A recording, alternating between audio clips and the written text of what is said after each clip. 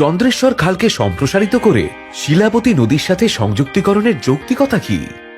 বর্তমান চন্দ্রেশ্বর খালকে দাসপুর 1 ব্লকের বৈকুণ্ঠপুর থেকে গুড়লি পর্যন্ত 5.8 কিলোমিটার সম্প্রসারিত করে গুড়লিতে একটি 16 ফোকরযুক্ত রেগুলেটর কাম নতুন স্লুইস গেটের মাধ্যমে শিলাবতী নদীর সাথে সংযুক্তিকরণ।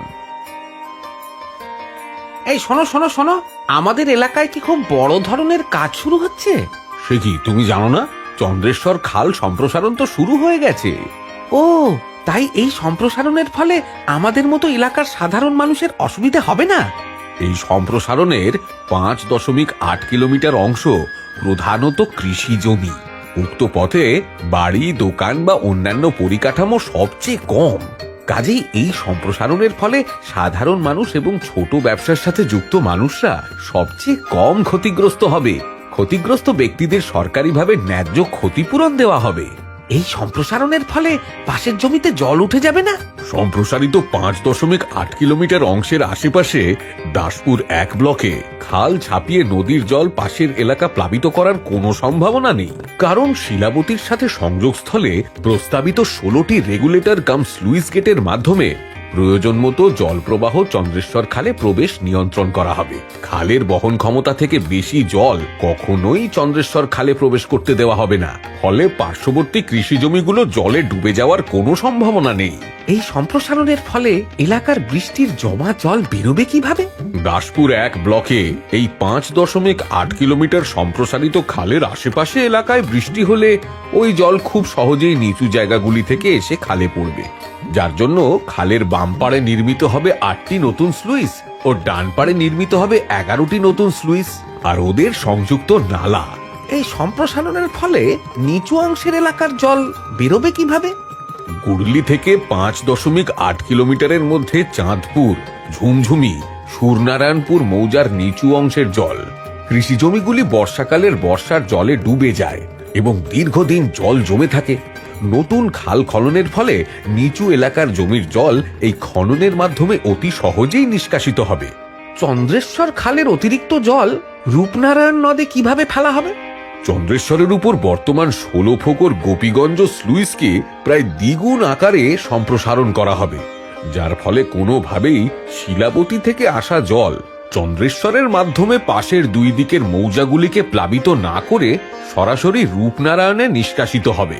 এই সম্প্রসারণের ফলে এলাকার সাধারণ মানুষের যাতায়াতে অসুবিধা হবে না?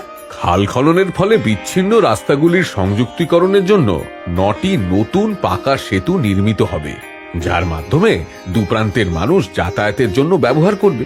এছাড়াও নতুন খালের দুই ধারে বাঁধ তৈরি করে সেই বাঁধের উপর দিয়ে যাতায়াতের পাকা রাস্তা তৈরি করা হবে এবং কৃষিকাজের ব্যবহৃত মালপত্র ও কৃষিজ ফসল বহনের সুবিধা হবে ওই এলাকার কৃষকদের।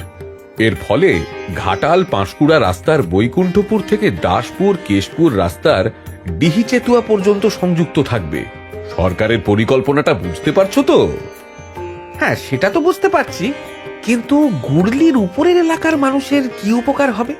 দাসপুরের গুড়লির উচ্চ প্রবাহে অবস্থিত নাড়াজোল, রাজনগর, সামাট, নিজ নাড়াজোল ইত্যাদি এলাকায় বন্যার সময় শিলাবতী নদীর জল দীর্ঘ সময়ের জন্য বিস্তৃত এলাকার জল জমা থাকে এবং বন্দরের নিম্ন গতিতে ডিভিসির ছাড়া জলের বাধায় শিলাবতীর ঘাটাল বন্দর স্রোতে ধীর গতিতে নিষ্কাশিত হয়। এই সংযুক্তির কারণে নিয়ন্ত্রিতভাবে 16 ফোকর যুক্ত রেগুলেটর কাম স্লুইস গেটের মাধ্যমে নিষ্কাশন সম্ভব হবে।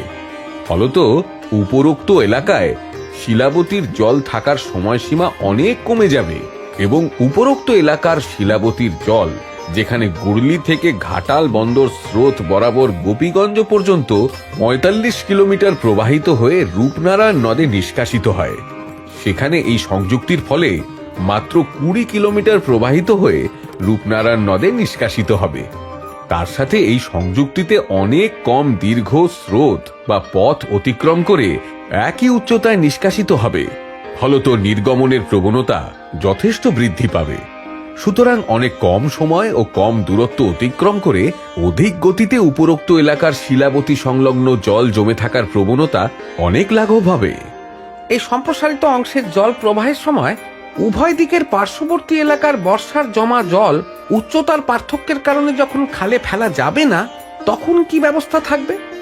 শিলাবতী থেকে চন্দ্রেশ্বর খালের এই সম্প্রসারিত অংশের জল প্রবাহের সময় উভয় দিকের পার্শ্ববর্তী এলাকার বর্ষার সময় জমা জল উচ্চতার পার্থক্যের কারণে যখন খালে নিষ্কাশিত করা যাবে না তখন ওই জল খালে নিষ্কাশনের জন্য পাম্পের ব্যবস্থা থাকবে। বাহ, সরকার তো ভালোই পরিকল্পনা নিয়েছে। তবে পুরানো কাঁসাইয়ে প্রবাহিত জল যাতে শিলাবতীতে না আসে তার জন্য কি ব্যবস্থা আছে? যদুপুরে পুরনো কাঁসাই ও কাঁকির সংযোগস্থলে নতুন রেগুলেটর নির্মাণ করা হবে। ফলত পুরনো কাঁসাই নদীর জল শিলাবতীতে প্রবেশ সম্পূর্ণভাবে নিয়ন্ত্রিত হবে। এই সম্প্রসারণ না হলে কি ক্ষতি হবে? এই সম্প্রসারণ না হলে দাসপুরের নাড়াজল, রাজনগর, সামাট, নিজ নাড়াজল ইত্যাদি এলাকায় বন্যার সময় শিলাবতী নদীর জল দীর্ঘ সময়ের জন্য বিস্তৃত এলাকায় জমে থাকবে। এলাকার মানুষের যে জল যন্ত্রণা বন্যার সময় হয়, যেখান থেকে কোনো প্রকারে রক্ষা পাবে না, এই সম্প্রসারণ হলে অনেক কম সময় ও কম দূরত্ব অতিক্রম করে অধিক গতিতে উপরোক্ত এলাকার শিলাবতী সংলগ্ন জল জমা থাকার প্রবণতা অনেক লাঘব হবে। এই সম্প্রসারণ না হলে যোগাযোগ ব্যবস্থা বন্যার সময় বিচ্ছিন্ন থাকবে। এই সম্প্রসারণ হলে বিচ্ছিন্ন রাস্তাগুলির সংযুক্তিকরণের জন্য 9টি নতুন পাকা সেতু নির্মিত হবে, যার মাধ্যমে দুপ্রান্তের মানুষ যাতায়াতের জন্য ব্যবহার করবে। তাহলে বুঝছো তো বন্ধু, এই সম্প্রসারণটা কতটা জরুরি?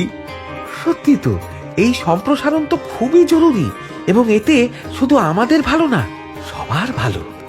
ঘাটাল মাস্টার প্ল্যান, সবার জন্য, বাংলার জন্য। ঘাটাল মাস্টার প্ল্যানের জেলা স্তরের বাস্তবায়ন ও পর্যবেক্ষণ কমিটির দাসপুর 1 উপসমিতি দ্বারা প্রচারিত।